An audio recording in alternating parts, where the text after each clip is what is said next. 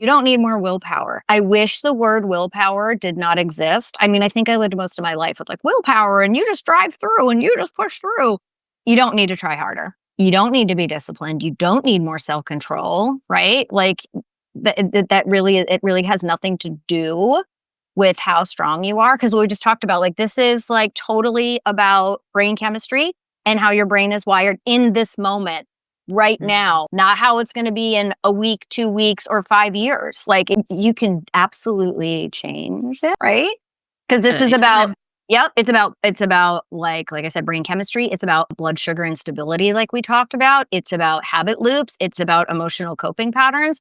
You're not weak. I can't even say it enough. Like you are not weak. You just don't have the tools that you need or the support that you need now, but you can get it and you can absolutely change your life in not that much time.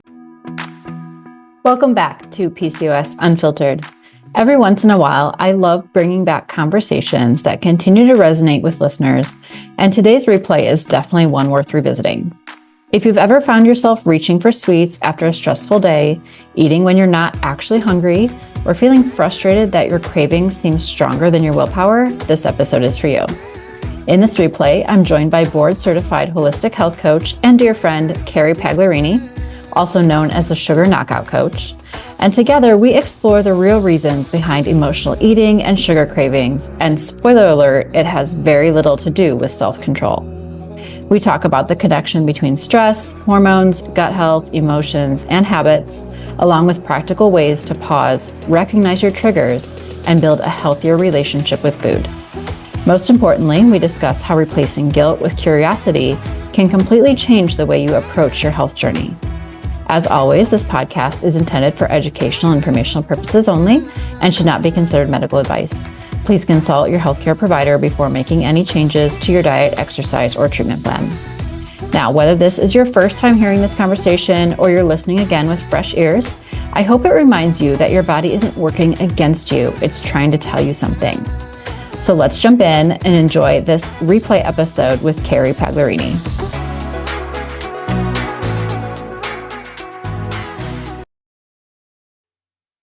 Hello, hello. Welcome. I am super, super excited to have Kerri here today. She's a fellow health coach and very dear friend of mine. So let's just kind of jump right in. And Kerri, I want to hear you tell everybody more about what you do and what's just kind of led you on your own health journey and brought you to this point in health coaching. Awesome. First of all, thank you so much for having me. Lindsie knows me well, so she's heard this spiel a bunch of times. But basically, my health was like, I was just kind of falling apart, like in my early 20s, like falling apart, right? So I had migraines, I had gas and bloating, right? All the embarrassing stuff. I had hormonal issues, which ended up with, I had ovarian cysts, which I was told a lot of things. I was told I was just the kind of person that this happens to. And until I ended up in the hospital needing surgery. And that's when I was like, no, there's something's happening here. And I started researching. I started working with a health coach, changed my diet, changed my lifestyle. So the things that they tell you that are just happening to you, no. You have so much more control, which I think is amazing. You have so much more control than you realize if you just worry about what you're putting in your body, on your body, worrying about stress, like I said, all the diet, lifestyle, all the things. And it's truly amazing that you can really take care of yourself and not just let things happen to you. Because I felt like things were happening to me. And that sucks. I'm not the kind of person that just wanted to deal with that. So yeah, that's a little bit about that. I was like, if a health coach can help me, I want to go help people. So I went into that. Good. Yeah. And now she calls herself the Sugar Knockout Coach. But it's true. I mean, I feel like there's been like, just even in my talks with people, and I think you'll see even more throughout the podcast episodes, there's just this like underlying theme of empowerment and just being able to take control and being able to advocate for yourself.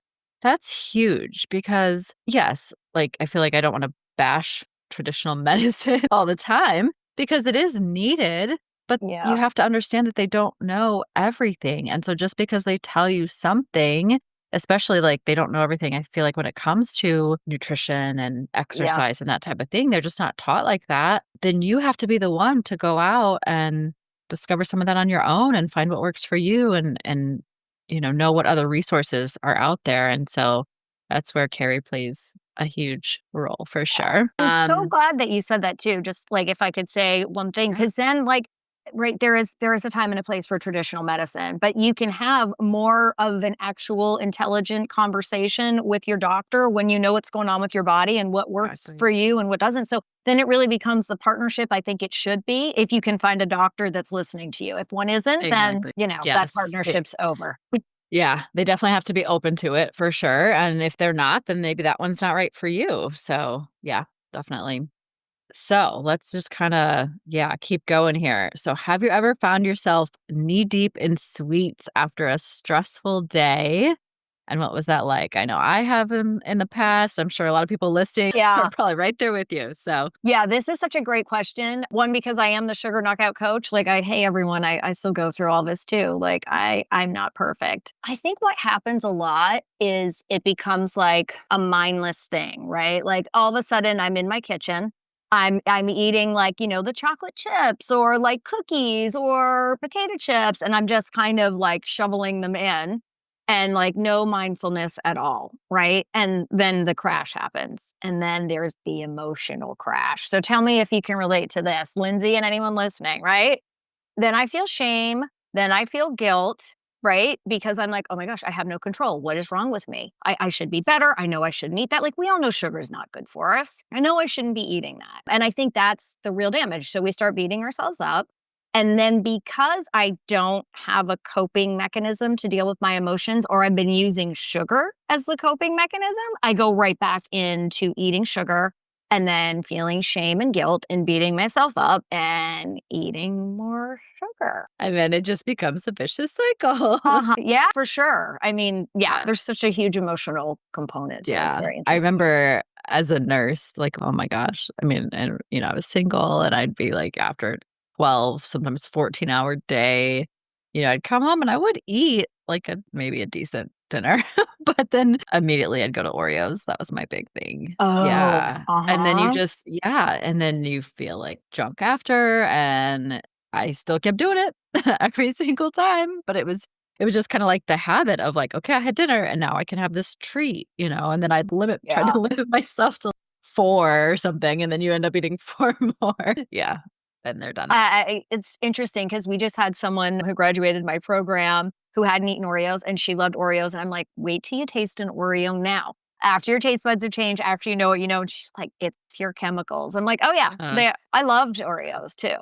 There's no sugar I don't love that I yeah. haven't loved in the past. Yeah. Well, yeah, that's a great segue into the next question is what was your relationship with sugar like growing up, even at a younger age, and how do you feel that that impacted you later on? Oh yeah, that's such a great question because I feel like especially, like, with my generation, everybody ate sugar, like, it was just a thing, everybody ate a bunch of sugar, like, my parents had 0 problem, and actually, my mom, still to this day, my mom loves junk food, she loves candy, so we had a ton of it around, and I ate a lot of it.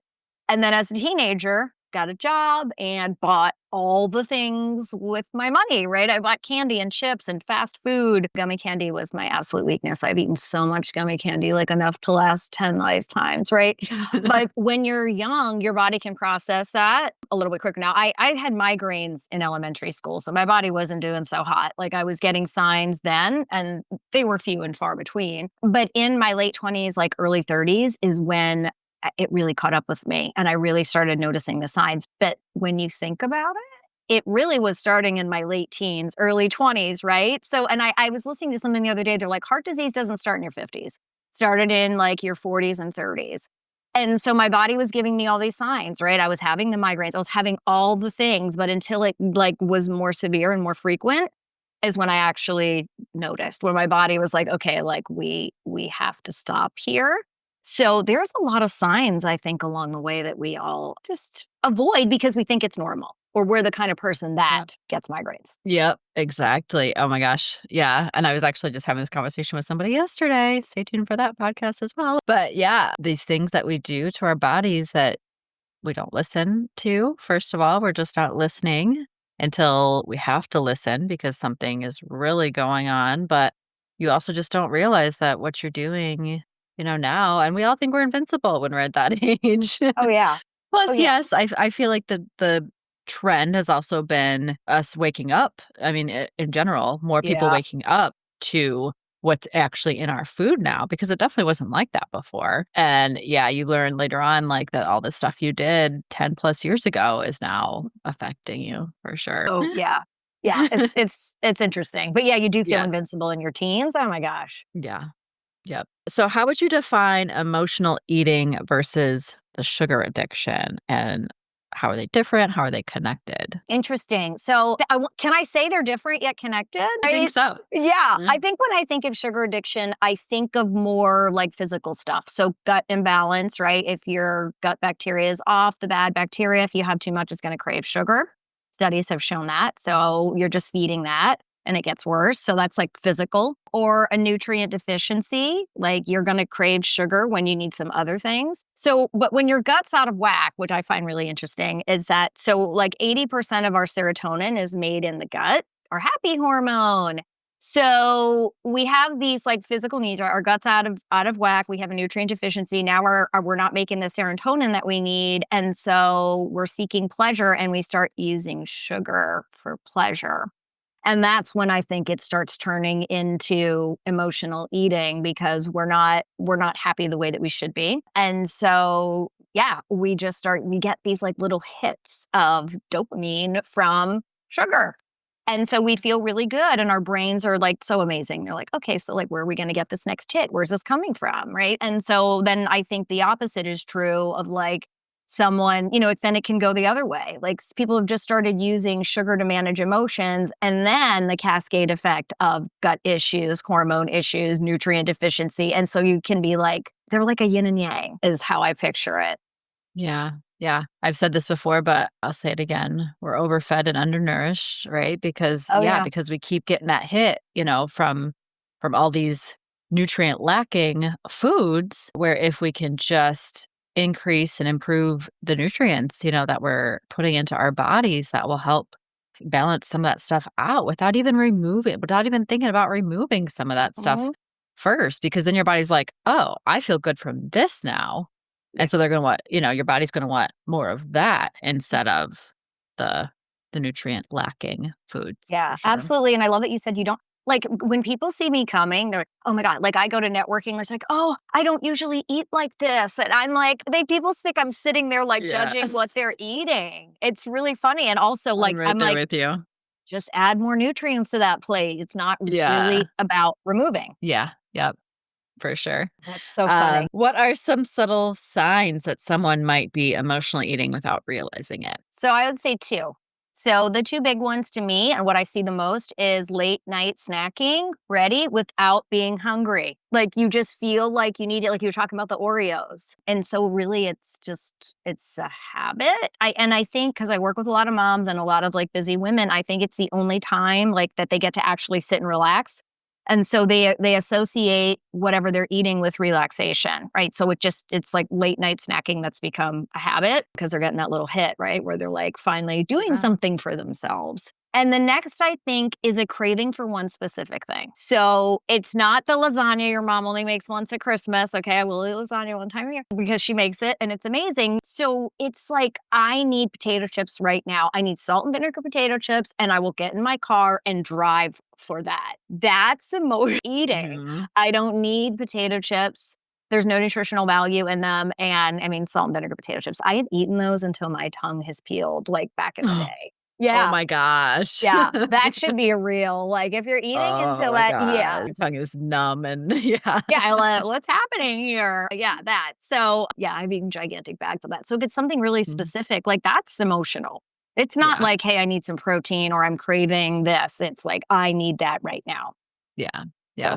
Well, and I think that's a good point too, because I feel like for some people, it might be more of the sweet stuff. And then for yeah. others, yes, it might be more of the salty. But some people might associate more the emotional eating with like sweets, where it Yeah. could be, it could even be the salty things as well. So that's a Yeah. good point. Absolutely.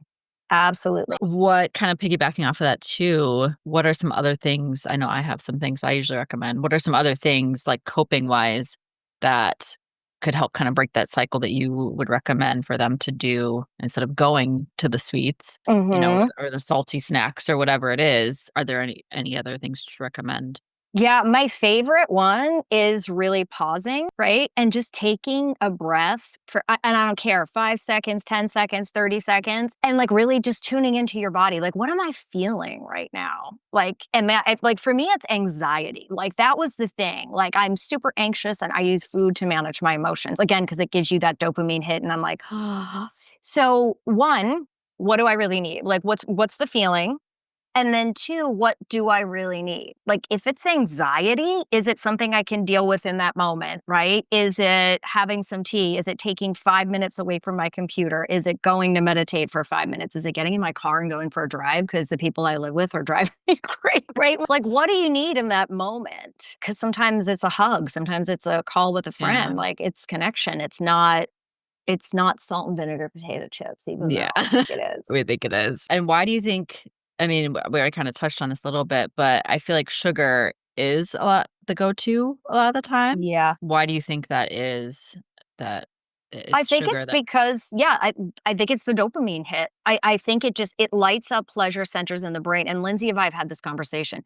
People have told me you cannot be addicted to sugar. Studies have shown that you can be because it lights up the same pleasure centers in the brain as other addictive substances. Of course, with sugar, it's very temporary, right? It's a little temporary hit. And so your subconscious, like, it makes you feel safe, right? It starts to feel like it feels good, it starts to feel safe, and it gets comfortable. And so the subconscious is always going to be like, oh, let's do that. Like, I have a feeling I don't like what makes me feel better. And it could be Oreos. It could be salt and vinegar potato chips that break down into sugar. But like for me, it was gummy candy. Like that was my thing. Like, ooh. So we get this feeling, we feel really good. We get this temporary hit. And then we create a habit loop, right? I'm sad, I eat gummy candy, I feel better temporarily and then when that goes away, I need more candy. Yeah. Yeah. And I know you and I have both had clients that have experienced it, but when you remove those sugars, they get the same symptoms, the same withdrawal symptoms as somebody would from drugs and alcohol. So I think that right there says a lot about how addictive sugar, can be for sure. Yeah. And yeah. And I'm like, how are you going to tell me that you can't be addicted to sugar when I'm always like, I'm a recovering sugar addict? Like, that makes me happy. And Mhm. like I said, I mean, my mom is still doing it. Like, you can still do it your entire life. Yeah. Yeah. So, Yep. yeah. So, how does sugar I mean, we kinda talked on some of this because some of these questions are kinda, overlapping, but how Yeah. does sugar affect mood? We've talked about, but also hormones and energy levels. I think that's huge to Yeah. speak to. Yeah. Yeah. So I know we talked a little bit about mood when we were talking about like not making enough serotonin when we're eating too much sugar, messing with our gut, or getting that little dopamine hit. And then like we have a little crash and that sucks. But that's exactly what happens with energy. It's just happening with our blood sugar instead. And so when we're eating copious amounts of sugar, no judgment because I've done it, our blood sugar spikes. And I know you talked a lot about this with your insulin resistance. And so insulin comes in just as quickly and brings it into our cells, but then our blood sugar drops. And usually when our blood sugar is pretty low, our bodies send out signal like our blood sugar is really low. We don't like this. We need to go get something that has a lot of sugar to bring like our energy and everything back up. And so we get on this roller coaster because it's like eat sugar, blood sugar rises, then it drops, eat sugar. And so like all day long, and you have these energy dips and you're exhausted. Or like how many people go to sleep and then you're still waking up exhausted. And this was me forever. You're still Me too. exhausted. And Yep. so then you need all this caffeine. And then like at 3 o'clock, I needed more caffeine. And then I was Or doing a nap. yeah, or energy drinks. And so it starts like this, like what's happening with your mood and energy, it's like so interconnected. And yeah, and like I said a little bit about with the estrogen, it just throws off everything like estrogen levels, cortisone levels, like my cortisol levels, I mean, my hormones were an absolute disaster when I was eating all of that sugar. But when you cut it out and you start feeling your body, like we talked about, things start to come back into balance. I met somebody the other day, I was like, and she's like 20 years behind me in her journey with ovarian cysts. And I was like, if I could tell you one thing, sugar, like cut the sugar. So Yep. Yeah. Yeah. Because even when you cut, like for me, it was gluten, Mm. but still, it's pretty much a sugar, or gluten is attached to these things that contain sugars too. So even just by removing all of that, you're basically removing sugar. There's just this overlying thing, and there's more Yeah. sugar in so many more things, I think, than Yeah. there was, even back then. Back then, Yeah. Back then. Yeah, I I know, know. right? Well, what's so funny too is people But are like, "Oh, I don't have a sugar problem, but I do drink a couple glasses of wine at night." yeah, Like, that's my vice, and I'm like, "Oh, but that's still sugar." yeah. You know what I mean? Yeah. Yeah. Yeah. Yep. So can emotional eating ever be a healthy coping mechanism, or is it something to just fix? I like this question. This is Yeah, I'm like, yeah. this is a good one, right? Yeah. Because let's be real. Like, so everyone thinks of emotional eating, oh, it's so bad. But we're human and food is emotional, right? Like it's tied to so many things like celebration, culture, memories. Like I have so many great childhood memories of holidays. Like it's all kind of mixed in together. And so yes, comfort sometimes, right? Which and that in itself, I don't think is bad. I think the problem becomes when it's our only coping tool, right? So food is how I deal with stress, how I deal with sadness, how I deal with boredom, how I deal with overwhelm. So then that's not helping. It's just numbing out. And that's why I talk to my ladies about being curious, right? Like not really judgmental. So again, like what's happening here? Like what do I need right now? And then, so it's not always something to fix, but I think if you understand like why you're eating certain things. So we talk a lot about tuning in our programs, and I know we have a lot of similar things with that. Like understanding why you're doing the things you're doing around food, and then you can see because I mean, life is really short without a piece of chocolate cake. But if I'm using it to manage all my emotions, I mean, I could eat that chocolate cake in a day if I'm having a bad day. Yeah. Yeah. Yeah, there's like I know for me, like I had to really kind of think about this. I mean, it didn't take me long, but like just to make that connection, and it was the connection to my mom because we used to bake together all the time. Yeah. And so I was just get like if I didn't cook dinner, I still always was like baking something, whether it was from Yeah. a box or whatever. Now I do have like healthier options.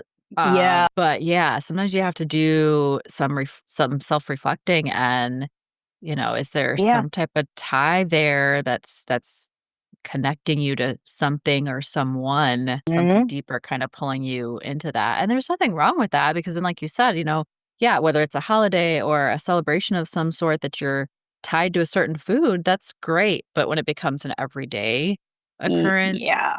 Yeah.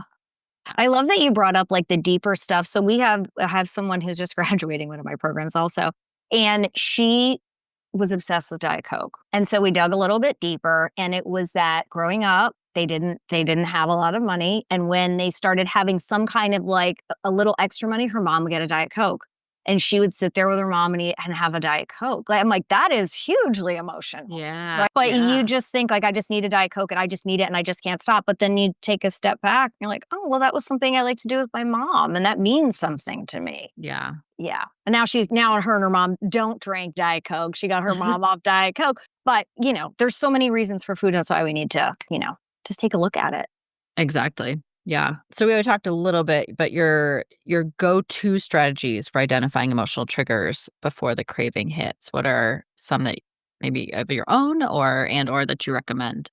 Sure. So, yeah, for emotional triggers, it's funny, right? Because, like, these things just don't come out of nowhere, right? Like, there's usually a pattern and a trigger or like a feeling that starts before you're like, I want potato chips. Like I said earlier, let's use that example, right? Like, if I'm stressed, I'm like, I need to have like potato chips. But, what happened like before that? Right? So, we're not like tracking calories, but we're tracking like, I call them craving windows. Right? So like we said, like a lot of women at night, they're like, I crave a lot of sweets at night. It's the only time they get for themselves, the only time it's quiet, or like right after lunch. Or so we want to like start like what are the like what's happening before that, right? If it's a 3 o'clock slump, what did you eat? Or you're at work, you're in like a stressful meeting that happens every day. So we want to just kind of look at those to get some kind of clue because it's not really random and see what is like, and again, without judgment. We're just looking and examining and being curious. We don't need to be judging what's happening. And we do that a lot. And then I feel like then it compounds. And then it's like double emotional because we're beating ourselves up about wanting to eat something that we think is bad for us instead of understanding why we want to eat it. I do have a food timeline tracking tool that I put in the show notes. And you can do that a couple different ways. You could do it both ways even. And so some of it is like the physical side of it. How am I feeling, before, during, after, and long after my meal physically, stomach upset, headache, whatever. But then you can also use it for the emotional side of things too. Before I ate whatever it was, how was I feeling in that moment? During, maybe a couple bites in, you're still feeling great. But then like halfway in, you're like, oh, I shouldn't be eating this. But you keep eating it, and, even after, how'd you feel? How are you like feeling emotionally right after? And then even long after. How can someone start creating distance between an emotional trigger and a sugary response? Awareness is the first thing without judgment. Okay. Like that could be your absolute superpower. And I know it's so hard, right? Because we judge everything. We judge ourselves. Like, I was raised by people that judge everybody. Right. So like relearning that. So when a craving hits again, like we're creating a little bit of space and it's taking a few seconds to be like, there's something going on here. Like, ooh, what is this? And it kind of interrupts that autopilot where you're just reaching for the snacks. And then the next right again is be like, then you just with curiosity, what is happening? What do I really like? What's really happening right now? Again, am I anxious? I'm eating like bored, right? I can eat so much when I'm bored. It doesn't even have to be like feeling overwhelmed. A lot of times it is, but there's like boredom in there too. So I think if you just be aware, don't judge, and just get curious, your body will be telling you what's happening. And then you can decide what you actually need. And you know what? Maybe sometimes it is actual hunger. And that's okay too, right? We're just actually really hungry. Versus us always just beating ourselves up because we should be doing this and should be doing that. So let that go. Yeah. Yeah. I don't know if I've ever asked you, did you ever watch Ted Lasso? Yes. Oh my God, I love him. The be curious and not should. Yeah. I know it's so funny. It's I just had to bring that up. Yeah. But it is true. I mean, when it comes to this and life and other stuff. Yeah. Because especially when you are logging stuff, like I mentioned, like with the food timeline and stuff, if you choose to do something like that, you can't feel guilty about it. Sure, it might help you, prevent you from having something. Because if you're like, oh my gosh, if I got to write that down, it might help you in that way. But either way, like I wouldn't want somebody to use it for that necessarily. Like I want you to just do whatever you normally do and write it down and not judge yourself for it because you are being curious about all of these triggers and that's how you're going to get there. Yeah, or I do I'll just eat it so fast like it never happened. And I have to laugh at myself because I've done, everything that people are embarrassed to talk about. Like I've done that. So yep. I mean, I probably have too at some point. Yeah. Maybe not in the same way, but yeah, for sure. We both have our journeys that have gotten us here, so that we can teach others, everything that we did wrong. How does mindful eating play a role in disrupting this cycle? You just touched on that a little bit, but if we want to get a little bit more in depth with that one. Yeah, for sure. So I think making intentional choices. So like we said, you're not going to never eat chocolate cake again, right? But if you're like, let go of feeling around chocolate cake. If I'm at a party and my friend makes the best chocolate cake ever and I want to have the chocolate cake, I'm going to intentionally have that. And I'm going to give myself permission to enjoy it with all of my senses, right? How does it smell? How does it feel in my mouth? How does it taste? I'm not biting and swallowing like I just talked about. I'm not shoving it down and eating it super quick. I'm actually enjoying the food. So I'm not punishing myself. I'm not just inhaling it. And then, maybe you don't need the whole piece of chocolate cake if you're enjoying with permission, or maybe you find out something that you don't like. It's funny. We had a client. She was so funny. Once she started giving herself permission to start eating some things like pizza, guess what? She doesn't actually like pizza. She's like, I don't enjoy it. Like, and it's all the healthy version. Like, she's like, I've tried all the, it's just not my thing. Which I was like, how do you not like pizza? What is wrong with you? But she gave herself permission to really enjoy it. And that's when she was like, I don't enjoy it. But before, she was literally just shoveling pizza in and not noticing if she really enjoyed it or not. So, Yeah, yeah. yeah. I know, like, one thing you even told me I feel like a long time ago now, but putting your fork down in between bites, Yeah. that just makes you way more aware of how much you're consuming, what you're consuming, if you're actually enjoying what you're consuming, for sure. Yeah, that one's Yeah. been a huge one. I know, like, I always tell myself, like, it used to be kind of like, "Well, this isn't worth the calories," but, Yeah, right? Uh-huh. because I don't focus on counting calories at all, but, yeah, if I take a bite of something, and if it's something that I am treating myself to, it better be worth it, Mhm. and if it's not, then I'm like, "Yeah, I'm not going to." But that's where you can get into that mindlessness of like, "Well, I Yeah. told myself I was gonna have this chocolate cake, and even if it's not that good, I'm just gonna finish this piece." But, Yeah. like, no, actually, if you're gonna treat yourself, then enjoy Yeah. it instead of mindlessly just Yeah. continuing because you think you should. Yeah. And yeah, right, I deserve it, so I'm eating this whole piece of cake, but Mm. wouldn't it be nice to know if it was a shitty piece of chocolate cake 2 bites in? You know what I mean? Like, there are chocolate cake that you're like, "Oh, Yeah, this is heaven on a plate," and like, but yeah. versus, like, that wasn't Brad still says that it's not worth the calories. I'm like, "Oh, he's still in, like, fitness mindset, like, bodybuilding mindset from years ago." But, yeah, it's really funny because yeah, Yeah. I wanna know if it's worth it, and if it's not, and Yeah, I just walk away, and there's no guilt because I'm not enjoying it. It's not because I can't exactly. have it, it's because I don't enjoy it, and that's it. Exactly. Yeah. Yep. What's one myth about sugar addiction or emotional eating that you'd love to bust? This is another favorite question of Yeah, oh, yeah. mine. And I think you and I, like, are totally we're on the same page about so many things, but this is the one where I'm like, I wanna bang my head against a wall. You don't need more willpower. I wish the word willpower did not exist. I mean, I think I lived most of my life with, like, willpower, and you just drive through, and you just push through. You don't need to try harder. You don't need to be disciplined. You don't need more self-control, right? Like, that really it really has nothing to do with how strong you are, because what we just talked about, like, this is, like, totally about brain chemistry and how your brain is wired in this moment, right Mhm. now, not how it's gonna be in a week, 2 weeks, or 5 years. Like, you can absolutely change it, right? Because At this is any about time. yep, it's about, like I said, brain chemistry, it's about blood sugar instability like we talked about, it's about habit loops, it's about emotional coping patterns. You're not weak. I can't even say it enough, like, you are not weak. You just don't have the tools that you need or the support that you need now, but you can get it, and you can absolutely change your life in not that much time. Yeah. Yeah.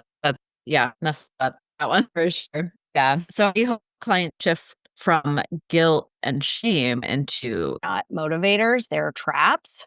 So we need to learn how to start beating ourselves up, okay? Like, that's a hard one. That really is the hard one, yeah. but I think if you just pause, and again, listen, I gotta quote Ted, like, just be curious, right? And we don't judge. And so the pausing has been really, really huge, especially if you start having that thought like, "Oh my god, I shouldn't have done that." Pause, stop right then and there, and just take a few breaths and start asking yourself better questions. What do I need right now?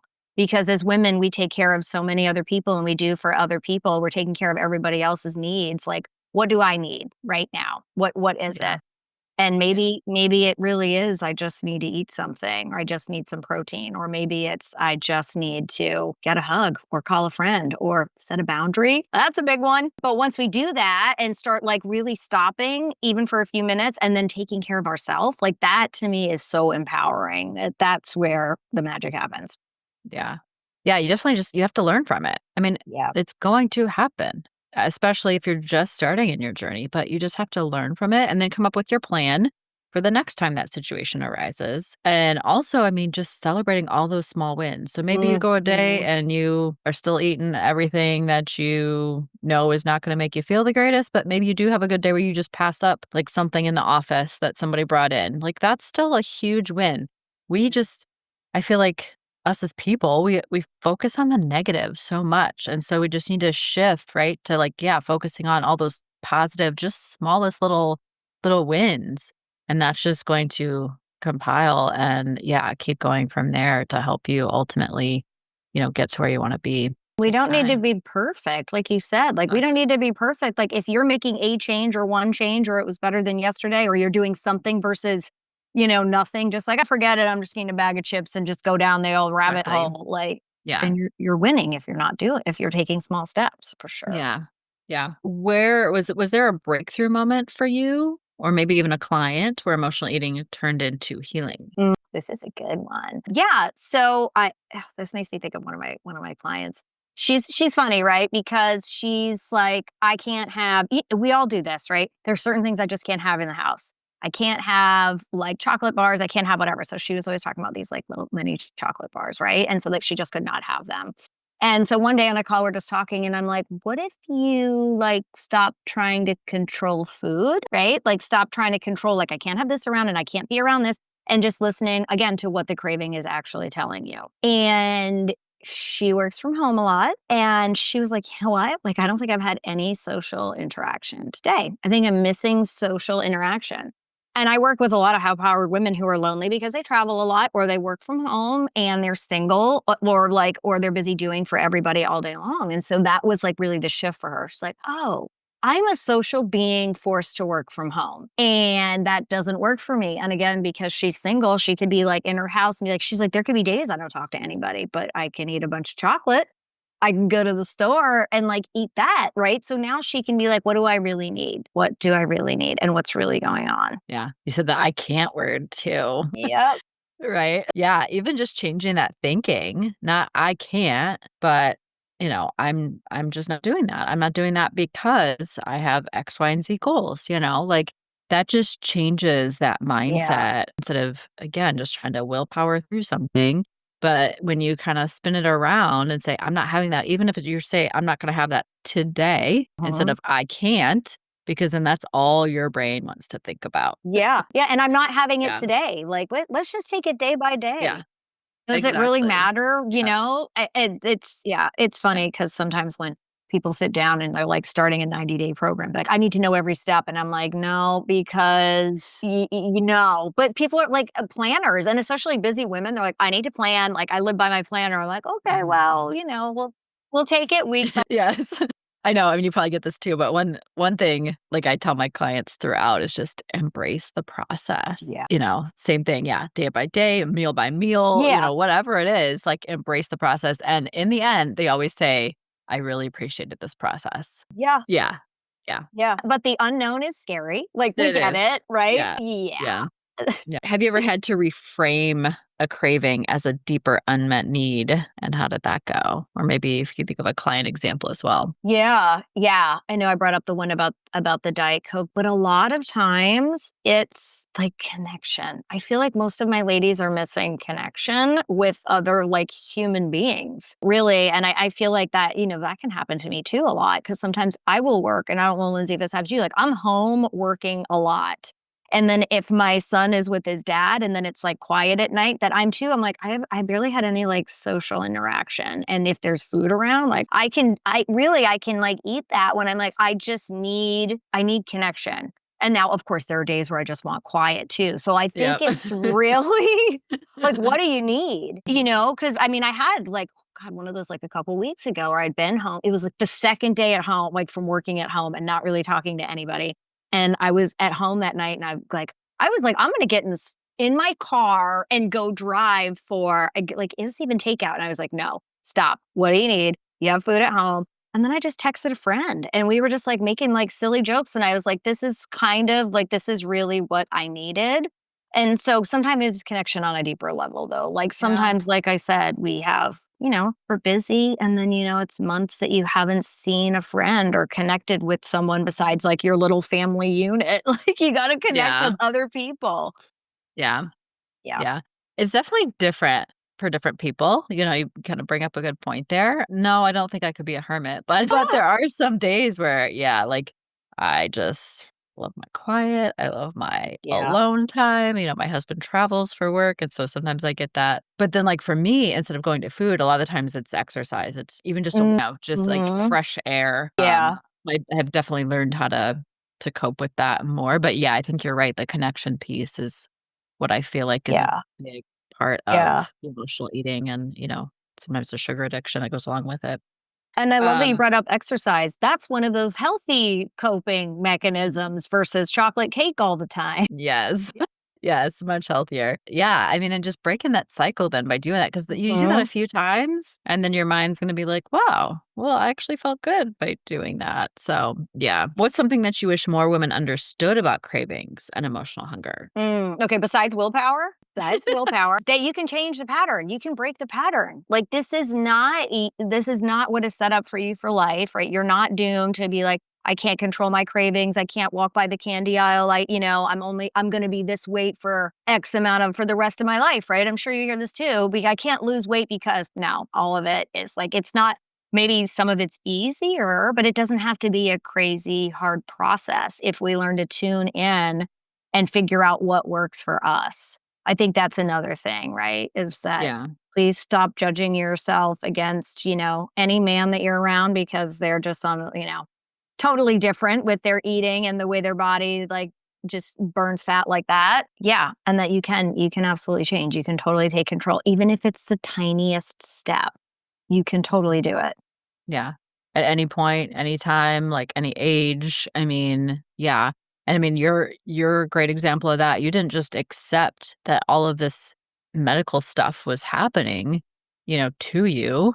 Yeah. You let it happen for you, and you then took control and you started discovering, what else was out there. And unfortunately, like, especially in the medical system, I feel like, but, when they hand you a diagnosis, it's also a lifelong condition is what they tell you, or, whatever else, Yeah. that means you're going to have this for the rest of your life. Like, and so, yeah, if you just accept that, then yeah, then Yeah. that's Yeah. what you're setting yourself up for, and you're going to feel stuck the rest of your life with that. But there is so much more that you can do to improve your symptoms, maybe even heal completely instead of just accepting, whatever it is. Yeah, and I think you said this on one of your podcasts, like, specialists only know a piece. Like, even my OBGYN, who I absolutely adored, like, who got me through all the surgery and all that, if she had known a little bit more. I also wasn't very, straightforward about the amount of sugar I was eating because I was in denial, but maybe if she had known a little bit more about that, maybe we could have talked diet stuff as prevention, right? Like, I was already needed surgery, but, like, on the Yeah, prevention side of it. exactly. Yeah. Yeah. Yeah. So if you could tell your past self one thing about sugar and emotional eating, what would it be? That emotional eating is just a signal slash like it's kind of like it's not really a problem, it's a symptom, right? Like if I had looked back and actually tuned in, I would have saw that I wasn't being weak because trying to not eat sugar wasn't working for me, right? Just trying. But I was overwhelmed and I was undernourished. As you had said before, I was using sugar to cope with stress, also burnout and exhaustion. Like I needed caffeine and sugar. And I used to say that my coffee was just like a transport mechanism for my sugar because I had so much sugar in there Oh, yeah. just to get through the day. And I wasn't really taught to listen to my body. But if I had just done that, right? So I'd just be like, you just need to understand yourself. You just need to Yeah. listen to your body and understand what works for you. And then you can Yeah. break the cycle. Yeah. Your body is talking to you. You just have to Mhm. listen for sure. Yeah.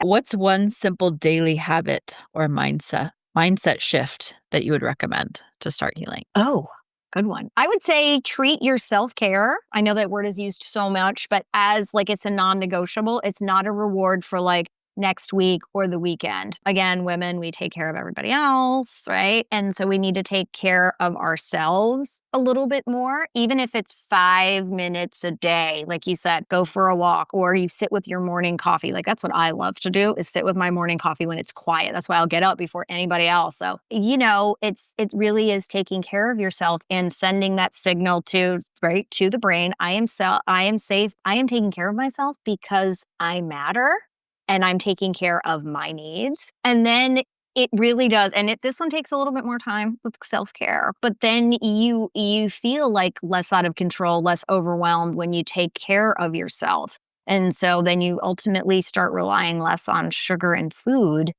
to manage your emotions. Yeah. Yeah. I Daily heard habit. something I heard something a while back. Self-care is selfless. Yeah, because it's that age old, put your own oxygen mask on before you put on anybody Yeah. else's, or you got to fill up your own cup before you can fill up anybody else's. It's so true. And like, I mean, yeah, I don't have kids, but as a nurse, I feel like I was always in that caregiver mode, and I kinda Mhm. just naturally have Yeah, that, so I just wanna yeah. take care of everybody and everything and, hyperachiever stuff. Mhm. And so, yeah, like, it took me it took me my, wake-up call a few years ago to be like, Yeah. "I do need to take a minute," 5 minutes, Yeah, 10 minutes, whatever it is. Sometimes it's longer, other days, yeah. sometimes it's shorter, but just to do something, for myself. Sure. Yeah, and anyone who's listening is like, "I don't have time for that." Okay, so why don't you do little self-care for 7 days in a row, and then don't do it and tell me which days feel better. Exactly. Yeah. Yeah, just commit to a few days for sure. Yeah. So last question, where can listeners learn more about your work and connect with you? Yeah, awesome. So you can just go to my website, which is empower-wellnesscoaching.com.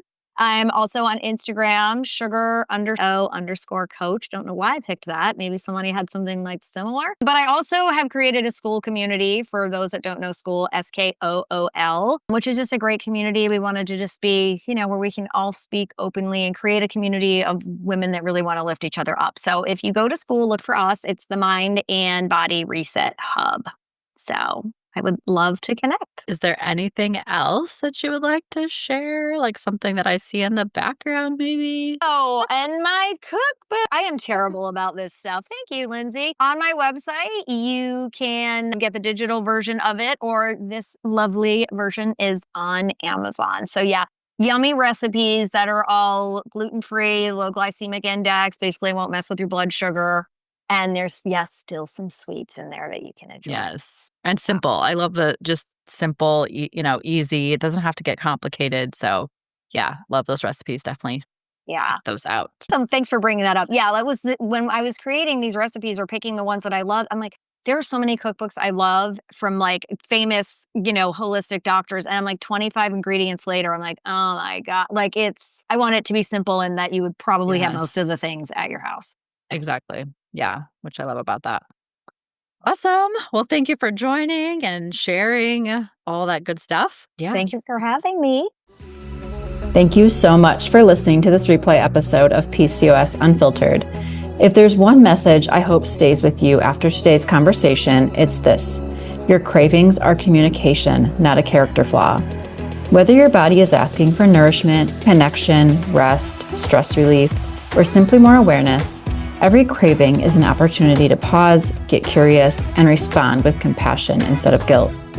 Healing doesn't happen through more willpower or stricter rules. It happens by learning to understand your body, celebrating the small wins, and taking one intentional step at a time. If today's episode resonated with you, I'd love for you to share it with a friend who might need this reminder. And if you're enjoying the podcast, don't forget to subscribe, leave a review, and share the show. It helps more women discover these conversations and reminds them they're not alone on their healing journey. As always, remember that your body has incredible wisdom. The more you learn to listen, the more empowered you'll become to create lasting change. I'm sending you so much love, and I'll see you on the next episode of PCOS Unfiltered. Nourish, heal, thrive.